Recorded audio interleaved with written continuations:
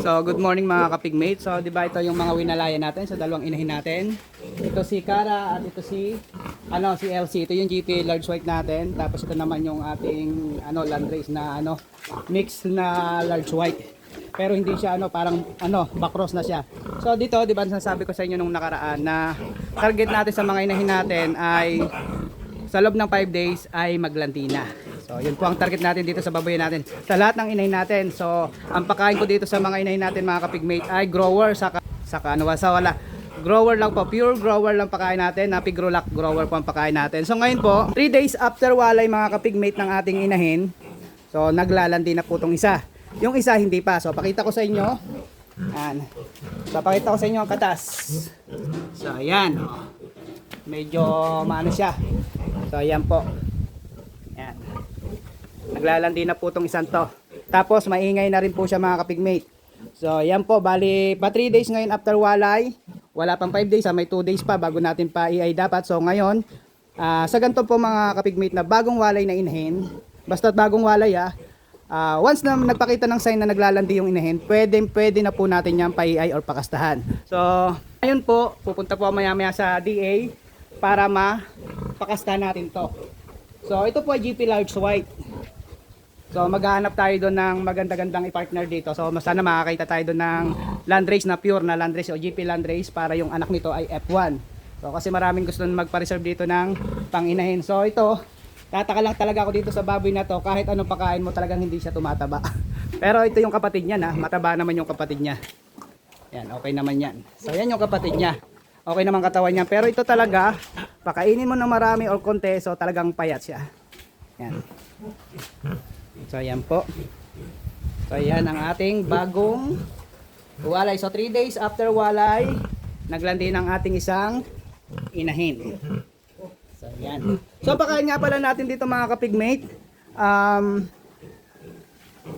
Grower lang pakain natin. 1 kilot kalahati lang po ang pakain natin dito. Simulan ng winalay natin to sa mga piglet. So ito, may natitira pa tayo dito isang piglet. So itong isang piglet na to ay gagawin nating inahin. Ayan. Gagawin ko pong inahin yan. Yan po yung ating natitirang piglet na isa. So anak po yan ito. Yan. Ito, anak nitong isang to. Ay, anak pala nitong isang to. Sorry. Yun, anak nun. Kasi ang breed nito naman ay yung barakong ginamit natin dyan ay Duro Pitring. Ginamit natin na barako dyan.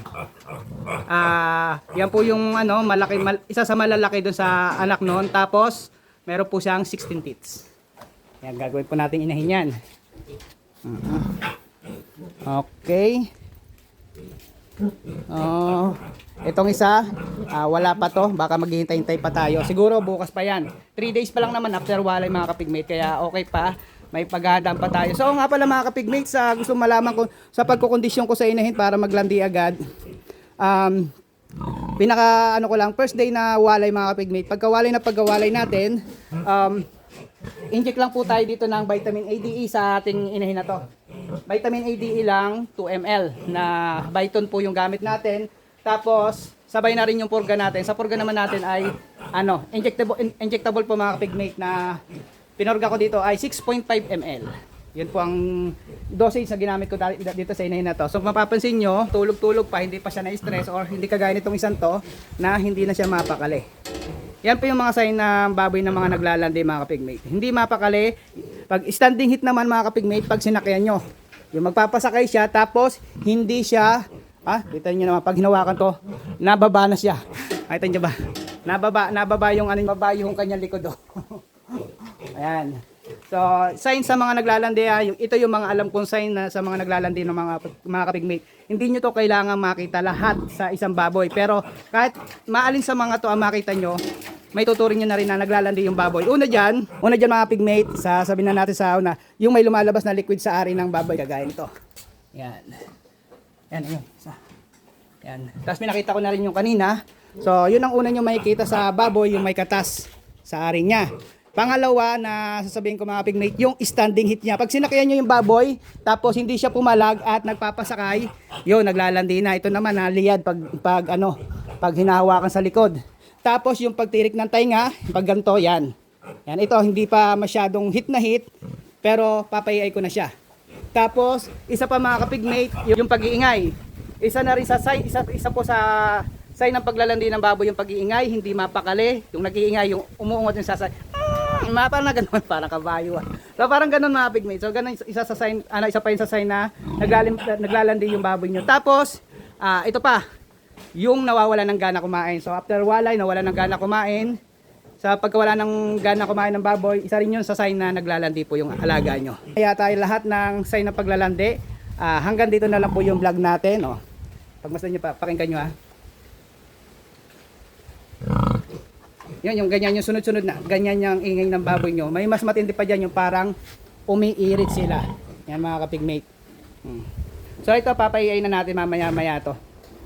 So confirm na. Day 3 after walay niya, so naglandi na. So yung isa, iwan ko lang.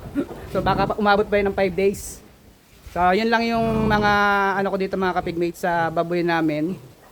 Sabihin man ng iba na mali, basta sinasabi ko sa inyo, walang mali sa pag-aalaga ng baboy.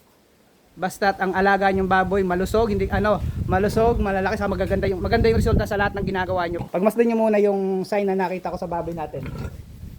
Bukod doon sa may liquid na lumalabas sa ari niya.